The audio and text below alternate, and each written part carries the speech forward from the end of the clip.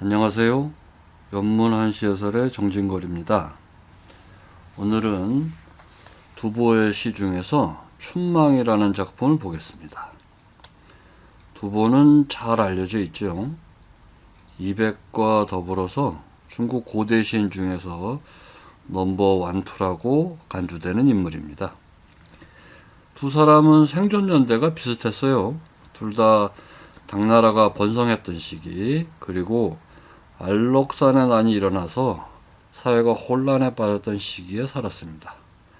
둘은 몇 번 만나기도 했었다네요. 그런데 두 사람은 많이 다릅니다. 살아가는 모습도 달랐고요. 사상적 경향도 달랐어요. 그리고 시를 짓는 자세에 있어서도 많이 달랐습니다. 이백은 일필이지. 그러니까 한 번의 시를 쭉 지었다. 그게 얼마나 사실일지는 모르겠습니다만 아무튼 그런 즉흥성 혹은 천재성을 발휘했죠. 반면에 두보는 다듬고 또 다듬어. 그래서 더 이상 손댈 곳이 없을 만큼 치밀한 그런 시를 지었습니다. 오늘 읽을 춘망도 그러한 시 중에 하나입니다. 이 시는 알록산의 난을 배경으로 하고 있어요. 역사 기록에 따르면요, 알록산의 난이 발생하자 당시 황제였던 현종이 촉으로 도망을 갔답니다. 그리고 태자를 남겨서 반란군을 제압해라, 이렇게 시켰다네요. 근데 그 태자가 황제 자리에 올랐고 이 사람이 나중에 숙종이 되죠. 그리고 두보가 숙종을 찾아갔답니다. 가서 한팔 보태려고 했던 거죠. 그런데 숙종을 찾아가는 길에 알록산 군대한테 잡혀서 장안으로 끌려옵니다. 그리고 그때의 심정을 이 시에 담았다고 하네요. 내용을 볼게요. 1년에서는 나라가 깨졌어도 산과 강은 그대로 남아서 성에 봄이 들자 풀과 나무가 깊어졌다. 이렇게 얘기를 합니다. 여기서 나라가 깨졌다는 건 알록산의 난이 발생해서 당나라가 혼란한 상황에 빠졌다는 걸 말하죠. 성에 봄이 들었다는 건 두보가 잡혀있던 장안성에 봄이 찾아왔다. 그런 시간적 배경을 말합니다. 이연에서는 때를 느끼자니 꽃이 눈물을 뿌리게 하고 이별을 한탄하자니 새가 마음을 놀래킨다. 이렇게 하네요. 때라는 건 두 가지를 말하죠. 전쟁이 발생한 때, 그리고 계절적으로 봄, 이렇게 두 가지예요. 그리고 이별을 한탄하자니 해서 이별은 두보가 가족과 떨어져서 장안에 잡혀있는 상황을 가리킨다고 하겠습니다. 3년에서는 봉화가 석 달을 이어지고 집과 오가는 편지는 만금이나 된다고 합니다. 봉화가 석 달을 이어졌다는 건 전쟁이 매우 치열하다는 말이고, 편지가 만금이나 된다는 건 소식을 주고받기가 어렵게 되었다. 그런 뜻이죠. 사연에서는 흰머리는 긁을수록 더욱 짧아져 정말로 비녀조차 감당할 수 없을 것 같다고 합니다. 갑자기 흰머리가 나오고 비녀가 튀어나와서 좀 뜬금없는 것처럼 보여요. 그런데 잘 읽어보면 연결되어 있습니다. 3년에서 가족과 연락이 잘 안 된다고 했잖아요. 가장도 없는 상황에서 처자식이 어떻게 살아갈지 참 걱정이 많았을 겁니다. 그러니 그 걱정으로 머리가 하얗게 새었고 또 자꾸 빠져서 비녀를 꽂을 수도 없게 되었다. 이런 얘기입니다. 워낙 유명하시니까 내용은 이 정도로 하고 넘어가겠습니다.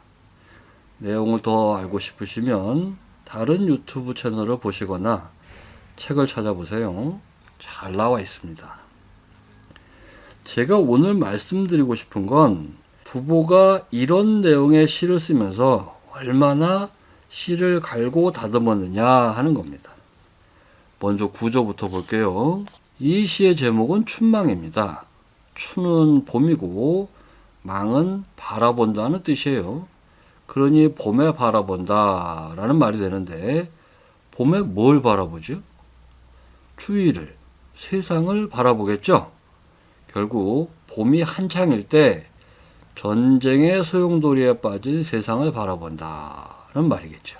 그래서 이 시에는 한창 때의 봄, 그리고 혼란에 빠진 세상, 이렇게 두 개의 키워드가 존재한다, 이렇게 생각할 수 있어요. 이 관점에서 시를 보자고요.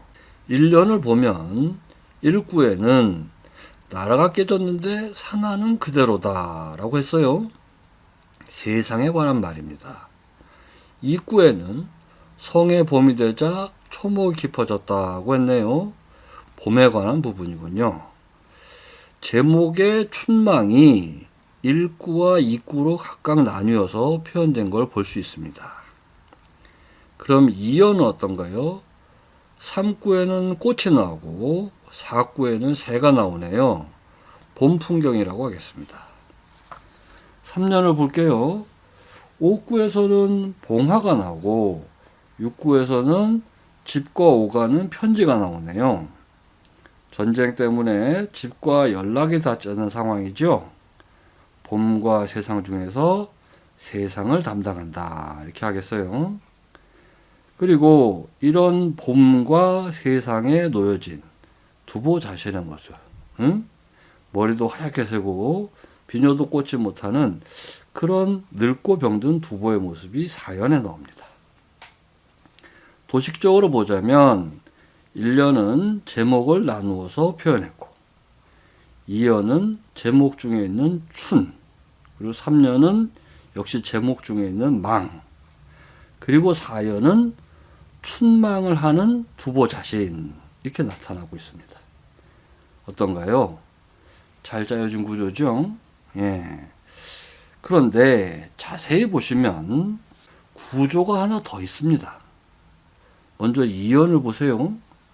3구에서는 때 시자가 나와요. 아까 여기서의 때는 두 가지라고 말씀드렸죠. 봄이 한창인 때, 그리고 전쟁의 소용돌이에 빠진 시대. 여기서 시대, 즉 사회의 의미로 이 때 시자를 이해할 수 있어요. 그러면 4구에서는 이 때 시자와 대칭을 이루는 글자로 헤어질 별자를 놨는데, 이건 사회 속에서 개인이 겪는 고통을 말하는 거죠. 그래서 3구는 사회를 말하고 4구는 개인을 말한다, 이렇게 나눠 볼 수가 있습니다. 이런 모습은 3년을 보면 더 분명해져요. 5구에서는 봉화 연삼월이라고 했어요. 이건 사회적 참상을 말하는 거죠. 6구에서는 가서저만금이라고 했네요. 개인 간의 연락을 주고받기 어렵다는 말이잖아요. 개인적 고통인 겁니다. 이렇게 사회와 개인이라는 두 개의 키워드를 가지고 이 시를 다시 보면 1년은 온통 사회적인 얘기만 나오고요. 4년은 온통 개인적인 얘기만 나와요. 그렇다면 우리는 이 시가 1년은 사회, 2년과 3년에서 출구, 그러니까 홀수구절인 3구와 5구에서는 사회를 말하고, 대구, 즉 짝수구절인 4구와 6구에서는 개인, 이렇게 사회와 개인이 번갈아 가며 나온다. 그러다가 4연에서 개인으로 끝을 맺는다, 이렇게 볼 수 있어요. 정리하자면 봄과 세상으로 표면적 구조를 이루고 사회와 개인으로 내면적 구조를 이룬다, 이렇게 말할 수 있는 거죠. 구조는 이 정도로 하고 이번에는 시어를 살펴볼게요. 2연에 보시면 꽃과 새가 나오죠. 꽃과 새는 모두 봄을 나타내는 말이고요.